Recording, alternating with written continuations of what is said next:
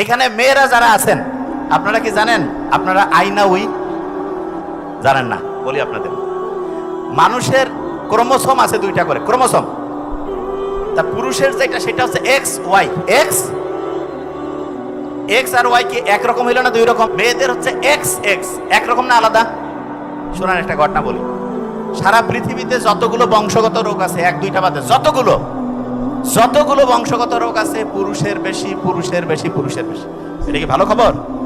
কি কারণে দেখেন, পুরুষের যদি একটা এক্স ক্রোমোজোমে ডিস্টার্ব হয়, ধরা যাক এটা হচ্ছে এক্স ক্রোমোজোম, এটা হচ্ছে ওয়াই, এটা যদি ডিস্টার্ব হয়, এই ওয়াই তো একে চিনে না, একে হেল্প করে না, এই শেষ। আর মেয়েদের হচ্ছে দুইটাই এক্স ক্রোমোজোম, এইটা যদি ডিস্টার্ব হয়, এ এসে তাকে হেল্প করে। এই হেল্প করার কারণে সারা দুনিয়ায় বংশগতিক যত রোগ আছে মেয়েদের কম, মেয়েদের আয়ু বেশি, রোগ প্রতিরোধ ক্ষমতা বেশি। এই যে করোনা হয়েছে সারা পৃথিবীতে, মেয়েরা বেশি বাঁচছে নাকি ছেলেরা বেশি বাঁচছে? কারা বেশি দিন বাঁচছে? মেয়েরা। মরছে কারা বেশি? তাহলে বাঁচার ক্ষেত্রে প্রকৃতিতে মেয়ের দাম বেশি না ছেলের দাম বেশি? মেয়ের। আল্লাহ কত রহমত করছে, আল্লাহ জানে মানসি যে খারাপ। এর যদি উল্টা ক্রোমোসোম করে দিত, এমনি তো মেয়েদের অবস্থা খারাপ করে দিচ্ছে, মানুষ খারাপ করছে, কিন্তু আল্লাহ মেয়েদেরকে পুরস্কৃত করছে। আল্লাহ মানুষকে সবচেয়ে মেয়েদেরকে বেশি উপকার করছে। কি কারণে বলি? এই যে এক্স ক্রোমোসোম আছে না, এইটার একটা ক্যাপাসিটি আছে। আমি একটু সহজ করে বলি। ধরেন এইটা হচ্ছে একটা হার্ড ডিস্ক, এইটার ক্যাপাসিটি হচ্ছে 1000 গিগাবাইট। আর এইটা হচ্ছে ছেলেদের হচ্ছে ওয়াই ক্রোমোসোম, এইটার হচ্ছে 500 গিগাবাইট। কোনটা বেশি ভালো? আপনাকে যদি আমি বলি সেম দাম, একটা আছে 1000 গিগাবাইট, একটা 500, কোনটা নেবেন? কোনটা কোনটা? মোহাম্মদ সাল্লাল্লাহু আলাইহি ওয়াসাল্লাম যে বলছে যে মেয়ে একজন দুইজন তিনজন, দুই তিনজন মেয়ের কে যে মানে হচ্ছে ঠিকভাবে মানুষ করবে, সৎ পাত্রস্থ করবে, সে আর আমি মোহাম্মদ সাল্লাল্লাহু আলাইহি ওয়াসাল্লাম পাশাপাশি একই সাথে হচ্ছে জান্নাতে থাকবো। মেয়েদেরকে আল্লাহর নবী কত পছন্দ করছে। এবং ফাতেমা রাদিয়াল্লাহু তাআলা আনহার কথা যে বলছে, কোন ছেলের নাম কয়জন আমরা জানি? ছেলের নাম জানি। ওইরকম ছেলে মোহাম্মদ সাল্লাল্লাহু আলাইহি ওয়াসাল্লামের ছেলেও ছিলেন, কিন্তু পরিণত বয়সে যাওয়ার আগে মারা গেছেন। কোরআনে আল্লাহ বলছে যে মোহাম্মদ তুমি কোনো যুবকের বাবা নও, মানে তোমার কোনো ছেলে তারুণ্যে যুবক অবস্থায় পৌঁছার আগেই তারা মারা যাবে। এবং সেটাই করছে, কোরআনের কথা আল্লাহ নিজে বলে দিয়েছে এবং সেটাই হয়েছে। তা মেয়েরা যেটা আছে, মেয়েদের মেন্টালিটিকে হেল্পিং মেন্টালিটি, দেখেন এখান থেকে একটা জিনিস বুঝতে পারবেন, মেয়েদের মেন্টালিটিকে হেল্পিং নাকি হচ্ছে শুধু স্বার্থপর, কোনটা? অনেকে একটু কনফিউশন যে আমরা করতেছি কি, আমাদের জিনের মধ্যে কি আর আমরা করতেছি কি। দেখেন আমি একটা জিনিস বলি, ধরেন যে আগামীকালকে ম্যাচ হবে, আপনাকে বলছে যে ভাই ম্যাচটা যদি কোনোভাবে জিততে পারো পুরস্কার আছে, তা আপনি সবচেয়ে পাওয়ারফুল প্লেয়ারটা টার্গেট করবেন না দুর্বলটাকে? কারণ পাওয়ারফুলকে যদি কোনোভাবে আউট করে দেওয়া যায় জিতে যাবেন। ছেলে এবং মেয়ে, সত্যিকার অর্থে বলছি, মেয়েরা পাওয়ারফুল কারা? কি কারণে সেটা বলতেছে। পাওয়ারফুল কি কারণে, কোন জায়গায় পাওয়ারফুল সেটা বলতেছে। তাহলে শয়তান কি মেয়ে ধরবে বেশি না ছেলে? কাক ধরবে? পাওয়ারফুল তো মেয়ে, তাহলে কাকে ধরবে? মেয়েকে। এই জন্যই দেখবেন মেয়েদের শয়তান যে বেশি ধরে, এই জন্য মেয়েরা দেখবেন যে খুচর মুচর বেশি।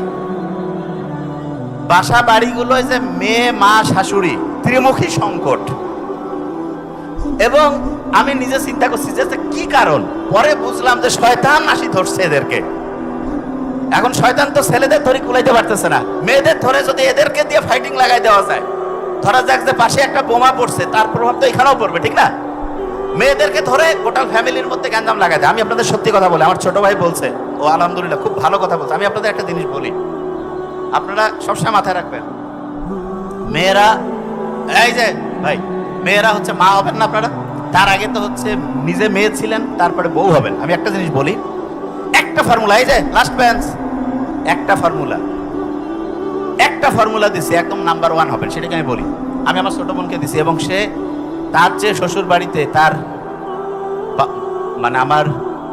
মানে ওটা কি বলবো, আমার ছোট বোনের যে শ্বশুর, উনি যখন পৃথিবী থেকে বিদায় নেন, তালই উনি কিন্তু ওনার পৃথিবী থেকে যাওয়ার আগে ওনাকে সার্টিফিকেট দিয়ে গেছে যে এরকম বৌমা পাই নাই, এবং আমাকে বসায় বলছে, আমি সত্যি কথা বলছি। ওর যে হাজব্যান্ড, সে আমাকে বলতেছে আপনার বোন এত ভালো। আমি কিন্তু নিজের বোনের প্রশংসা করছি না, সত্যিটা বলছি। আমি জানি আমার বোন অতটা ভালো না, অন্তত আমার সাথে না, সে ভাইয়ের সাথে খুচর মোচর, আমি জানি, এটা আন্তরিকতা। তা ও কয় যে সারা দুনিয়ায় ভালো, ঠিক আছে, আমি এটা পছন্দ করি, আমি জানি ও সারা জীবন আমাকে ডিস্টার্ব দেয়, আমার ছোট বোন, তাই এটা আমি এনজয় করি, কোনো সমস্যা নেই। ও আমার খুব বড় ক্রিটিক্স, যে কোনো প্রশ্ন দেখে কয় ভাই তুই কথা একটু স্মার্ট করি কবি, তুই এইভাবে কোষ কেন রে। আসলে আমি যখন ইমোশনাল হয়ে যাই তখন দেখা যায় আমার রংপুরের নীলফামারী ডোমারের যে লোকাল ল্যাঙ্গুয়েজ এটা অটোমেটিক চলে আসে এবং ন্যাচারাল। আমি যেটা সত্যি, আমি বাসা থেকে শুরু করে আমার ফ্যামিলি, আব্বা আম্মা ভাই বোন, আমার ওয়াইফ বাচ্চা সবার ক্ষেত্রে, আমার অফিস স্টাফ যারা সবাই জানে, মানে যেটা আমি বলতেছি একদম রিয়েল। মানে আমার স্পিচ থেকে শুরু করে যা কিছু সব ক্যামেরার সামনে যা ঠিক সেটাই একদম রিয়েল। এই যে লাস্ট বেঞ্চ যে জিনিসটা বলতেছিলাম, তা আপনারা মেয়ে হিসাবে খুব অসাধারণ হবেন। একটা জিনিস খেয়াল রাখবেন, আপনি যখন বিয়ে হবে, হওয়ার পরে অবশ্যই এই জিনিসটা মাথায় রাখবেন, আপনার হাজবেন্ডের যে মা বাবা এবং ভাই বোন তাদের সাথে সুসম্পর্ক রাখবেন। এইটা আপনার জন্য গেম চেঞ্জিং হবে। আমি আপনাকে বললাম, আপনার প্রথমে মনে হইতে পারে এটা লস, এটা ইনভেস্টমেন্ট, সত্যি কথা, এবং এটা আপনার জন্য লাইফ চেঞ্জিং হবে। যে জায়গায় আমি বলছি এটা অবশ্যই করবেন, পরিবারগুলো অসাধারণ হবে। যে জায়গায় বলছিলাম মেয়েরা কেন পাওয়ারফুল, আপনি কি জানেন আপনার যে সন্তানের বৈশিষ্ট্য এর 90% মেয়েদের কাছ থেকে আসে। কত পার্সেন্ট? ছেলেরা কিন্তু অনেকে জানে না, এখন 90% মেয়েদের আসে। তার মানে সন্তানটা ভালো হইলেও বৈশিষ্ট্যটা প্রধানত কার কাছ থেকে আসছে? তাহলে আমাদের যে বৈশিষ্ট্য এটা প্রধানত কি আমার আব্বার জন্য না মায়ের জন্য? এই জন্য রত্নগর্ভা মা, হ্যাঁ, আব্বার অত কিন্তু রত্নগর্ভাটা মানে যদি হবেই না, মানে আমি জাস্ট বোঝার জন্য বলছি, ওরকম নাই, ঠিক না? রত্নগর্ভা মা আছে কেন? কারণ আসলে সাইন্টিফিক্যালি দেখা গিয়েছে মেয়ে একটা সন্তানের 90% হচ্ছে মা। এবং নেপোলিয়নের ওই কথা জানেন তো আপনারা, যে শিক্ষিত মা দাও শিক্ষিত জাতি দিব, কয় নাই কিন্তু শিক্ষিত আব্বা দাও শিক্ষিত জাতি দিব। তার মানে মায়ের গুরুত্ব অন্যরকম। এখন দেখেন যে জায়গা থেকে আসছিলাম, ওই যে শয়তান বলতেছে আমি মাটির সেজদা করব। এখন মাটির বৈশিষ্ট্য শুনলে আপনি অবাক হবেন। সারা পৃথিবীতে যতগুলো রিসাইক্লিং মেশিন আছে তার মধ্যে নাম্বার 1 মেশিন হচ্ছে মাটি। কি নাম? যে ভাই আপনি কি করছেন? মাটি রিসাইক্লিং মেশিন? হ্যাঁ, আল্লাহ বলছে আমি তোমাকে মাটি থেকে তৈরি করছি। দেখেন এখন সাইন্টিফিক্যালি প্রমাণ পাবেন, মাটিতেই তোমাকে মিশিয়ে দেবো, তারপরে তোমাকে মাটি থেকেই পুনরুজ্জীবিত করব। অনেকে কইতে পারে মাটিতে মিশাবে, মাটিতে পুনরুজ্জীবিত করবে, কিভাবে সম্ভব? আচ্ছা আপনারা ডায়মন্ড, সিমেন্ট, হীরা, গোল্ড, পেট্রোলিয়াম, প্লাটিনাম শুনলে অবাক হয়ে যাবেন। আমরা মরে গেলাম, মাটিতে আমাদেরকে মিশায় ফেললো। আল্লাহ দেখেন কি টেকনোলজি করছেন, কোনো বিজ্ঞানী কোনো সায়েন্টিস্টের মাথার মধ্যে আসে না, খালি ওরা বের করছে যে হ্যাঁ কথা ঠিক। যে কাউকে যদি আপনি বিজ্ঞানীদের জিজ্ঞেস করেন যে আচ্ছা এই যে স্বর্ণের টুকরা, গোল্ড, তারপরে হচ্ছে যে ডায়মন্ড, প্লাটিনাম, এগুলো কোথা থেকে আসলো? বলবে যে লক্ষ লক্ষ কোটি কোটি বছর আগে। শুনেন ওদের কথা, জীবদেহ পড়ছিল এইখানে, তারপরে বিভিন্ন বিক্রিয়া হয়েছে, নাইট্রোজেন ছিল, ব্যাকটেরিয়া ছিল, এগুলোর মধ্যে পরিবর্তন হইতে হইতে লক্ষ লক্ষ কোটি কোটি বছর পরে চাপ তাপ এইটার মাধ্যমে মৃতদেহ থেকে স্বর্ণের টুকরা, ডায়মন্ডের টুকরা, প্লাটিনামের টুকরা এগুলো তৈরি হয়েছে। বিজ্ঞানীরা বলতেছে না? তাইলে রিসাইক্লিং মেশিন মানে কি? মনে করেন আমি এই পানির টুকরাটা দিলাম, এটা থেকে একটা খাতা বের হইতে পারে, বিজ্ঞানীরা এরকম আসছে। কিন্তু আল্লাহ কি করছে? মৃতদেহ সেইখান থেকে গোল্ড, ডায়মন্ড, প্লাটিনাম এগুলো বের করতেছে। তাহলে কোন রিসাইক্লিং মেশিনটা ভালো? দুনিয়ার এই যে 10 কোটি 50 কোটি টাকা রিসাইক্লিং মেশিন, না মাটি যেটা আছে সেটা? কোনটা? মাটি। আচ্ছা এবার দেখেন তো একটা জিনিস, আপনি সারা দুনিয়ার সবচেয়ে শ্রেষ্ঠ ফিল্টার মেশিন কোথায় আছে জানেন? কোথায়? কিডনি। সারা দুনিয়ার সবচেয়ে শ্রেষ্ঠ ফিল্টার মেশিন কিডনি। কোনো তেল দিয়ে চলে না, কিছু না, পানি খাবেন, অপ্রয়োজনীয় জিনিস শরীরে থাকবে না, প্রয়োজনীয় জিনিসকে ধরে রাখবে। 1 নাম্বার ফিল্টার মেশিন। এবং দেখেন কোনো পিওরি ঢ্যান ত্যানে কাম হবে না, দুইটা সেট করে রাখছে আল্লাহ।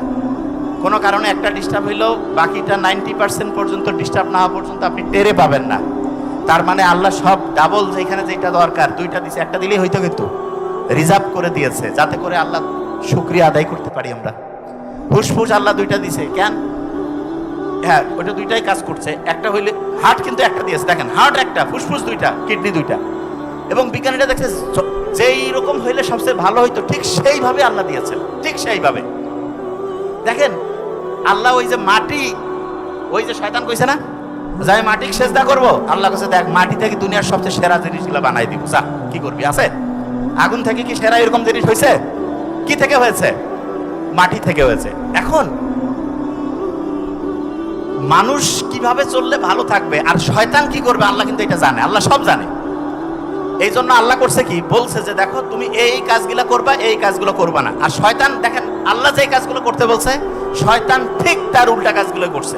কিরকম দেখেন, আল্লাহ বলছে, দেখেন আপনি একটু চিন্তা করেন, আল্লাহ বলছে তুমি অন্যকে সহযোগিতা করো। শয়তান এসে কি করছে, অন্য ভালো হইলে লাভ কি আমার, অন্য যে কাজে ডিস্টার্ব দাও, তাই না? আমরা বুঝেন নাই, অন্যের কাজে শয়তান কি সহযোগিতা করতে উৎসাহিত করে নাকি ডিস্টার্ব দেয়? ডিস্টার্ব। আচ্ছা এবার আপনি চিন্তা করেন তো, যতগুলো ভালো কাজ দিয়েছে আল্লাহ, আমি আপনাকে দেখাচ্ছি এক এক করে, সবগুলোতে আল্লাহ আমাদের শক্তিটা বাড়ানোর জন্য দিয়েছে। আর যতগুলো খারাপ সেগুলো হচ্ছে শক্তি কমানোর জন্য। কিরকম সেটা বলি। আপনি কি জানেন আমাদের ব্রেইনের মধ্যে একটা ব্রেক আছে? কি আছে বলেন? ব্রেক। এই ব্রেকটা যদি ঠিক থাকে আপনার ব্রেন ঠিকভাবে ঠিক থাকবে। ব্রেনটা হচ্ছে একটা গাড়ির মতো। একটা গাড়ি আপনাকে দিলাম, আগে ছোটবেলায় বাংলা সিনেমায় দেখতাম যে একজনকে মারার চেষ্টা করতেছে, কয় ব্রেকটা হচ্ছে কোনোভাবে ডিসকানেক্ট করে দাও। গাড়ি চালাইতে চালাইতে এক জায়গায় লাগাই দিল, মা বাপ কেউ মরে গেল, তারপরে ছেলে অনাথ হয়ে গেল, হয়েছে না? তাই এখন ওই ব্রেইনের যে ব্রেক, সেই ব্রেকটা নষ্ট হয়ে যাওয়ার কারণে আপনি দেখবেন ছোট্ট বাচ্চা সারাদিন কার্টুন দেখতেছে, এবং সে যদি কোনো একটা জিনিস চায় তা চাইতেই আছে, কোনো একটা জিনিসের জেদ ধরলে ধরতেইছে। তার মানে কি, তার ব্রেইনের যে ব্রেক সেটা ডিসফাংশন হয়ে গেছে। এখন প্রশ্ন হলো যে আমাদের ব্রেইনের ব্রেক ঠিক আছে কিনা সেটা কিভাবে বুঝবো? বুঝার খুব সহজ বুদ্ধি আছে। দেখেন, এইরকম কি আপনার হয়েছে যে আপনি দেখেন আপনার দরকার নাই এরকম একটা গ্রুপের মধ্যে ঢুকছেন, ঢুকে একজনের একটা ঝগড়া, একটা হচ্ছে গ্যাঞ্জাম নিয়ে আপনিও চিন্তিত, এবং সেটা নিয়ে আপনি মিনিটের পর মিনিট, ঘন্টার পর ঘন্টা টাইম লস করছেন। এরকম কি হয়েছে? বুঝেন নাই আমার কথা? আপনি ধরেন একটা গ্রুপে ঢুকছেন, ঢুকে অপ্রয়োজনীয় জিনিসে ব্রেনটা অ্যাক্টিভ করছেন, এবং আপনার মাথার মধ্যে একজনকে নিয়ে একটা কথা বলছেন, সে একটা পাল্টা উত্তর দিয়েছে, একটা আলাপ আলোচনা হইলো, এরপরে দেখলেন যে আর ওইটা কন্ট্রোল করতে পারতেছেন না, আজকে আর পড়া হবে না, এই সপ্তাহ বাদ। এইটা যদি হয় বুঝবেন যে আপনার ব্রেইনের যে ব্রেক সেটা ধ্বংস হয়েছে। ব্রেইনের ব্রেক কোনটা এটা বোধহয় অনেকে বুঝতেছেন না। ভাই ব্রেকের নামটা কি? ব্রেইনের ব্রেক হচ্ছে প্রিফ্রন্টাল কর্টেক্স। কি নাম? তাহলে বলেন তো, ব্রেইনের ব্রেক যদি ধ্বংস হয় তাহলে প্রিফ্রন্টাল কর্টেক্স কি ঠিকভাবে কাজ করবে কি করবে না? আচ্ছা এবার শুনেন, প্রিফ্রন্টাল কর্টেক্স